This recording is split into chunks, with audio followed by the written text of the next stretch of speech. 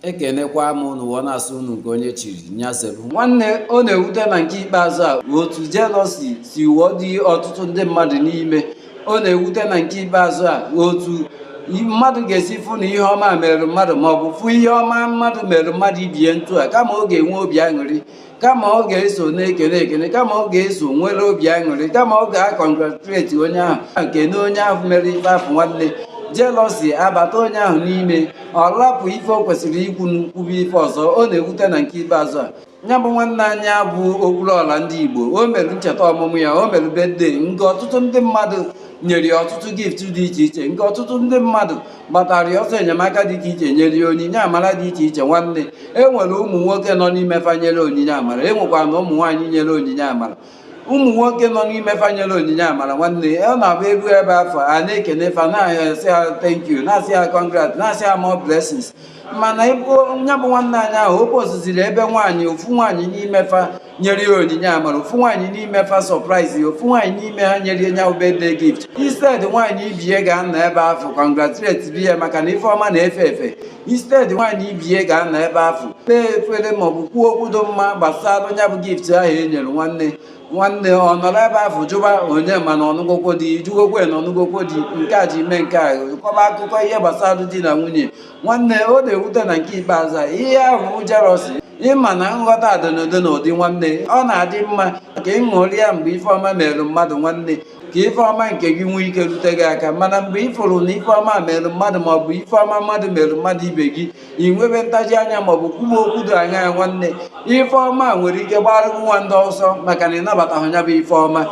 Dịka a na-akọngratuleti nwoke, dịka a na-asị nwoke thank you, dịka a na-asị nwoke na omeka nwanne, ọ na-adịkwa mma ịfụkwa nwaanyị ebe o mere nke ya nwanne, isikwa nwaanyị na omeka ejenaje kwuba okwu ọjọọ, ejenaje jụba na ọnụgwụkwọ dị onye ma na ọnụgwụkwọ dị nọọ ịnụ dị iru ife dị mkpa nwanne, ejenaje kwuba ide okwu afọ nwanne.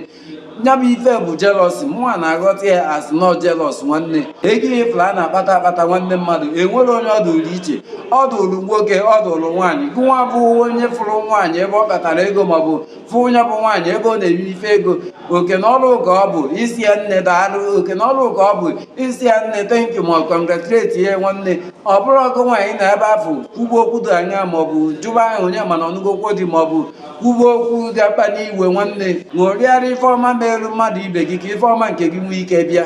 Nwee aṅụrị mgbe ị nụrụ na ife ọma mere mmadụ maọbụ na mmadụ mere ife ọma, weta maọbụ nwoke maọbụ nwaanyị nwanne. Enwere onye ederi ya iche, enwere onye ederi ya iche. Nwaanyị nwanne nwere ike gbaba mbọ nwanne, oluwa gbado ọkụ n'ụzọ ya, o bido mebe ife ego ntụ nwoke si eme ife ego. Oke na ọrụ ka ọ bụ mgbe ị nụ na oriri ego ma mgbe ị nụ na omere ife ego ma mgbe ị nụ na onyere mmadụ onyinye amara dị iche iche nwanne. Isi ya nne n'ime ịgbanika, isi ya nne congrats, isi ya nne thank you, isi ya nne remain blessed nwanne. Kwuo okwu ọma n'isi ya, ekpere ya ekpere ọma.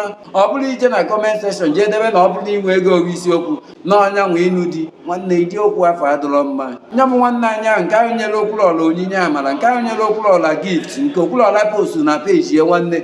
Nya bụ nwanne anyị nwaanyị ahụ nwanne, ọnụgo di nya bụ ọ bụrụ ya nwanne mmadụ. Ṅụrịarụ mgbe ị fụrụ na ife ọma mere mmadụ ibe gị, nwee obi aṅụrị mgbe ị fụrụ na ife ọma mere mmadụ ibe gị ma mgbe ị fụrụ na mmadụ mere mmadụ ibe ya ife ọma, maka na ife ọma na-efe efe nwanne. Cheta na ọ bụ onye chọrọ ife ọma ka ife ọma ga-abịaru nwanne. Nwee obi aṅụrị ka ife ọma nke gị nwee ike rutu gị aka nwanne mmadụ. Ekene na gị wee na-asị gị nwanne nke i chiri ka izelu ya gazie elu nwoke, gazie elu nwaanyị ise. Tụsara m ozi a nwanne mmadụ.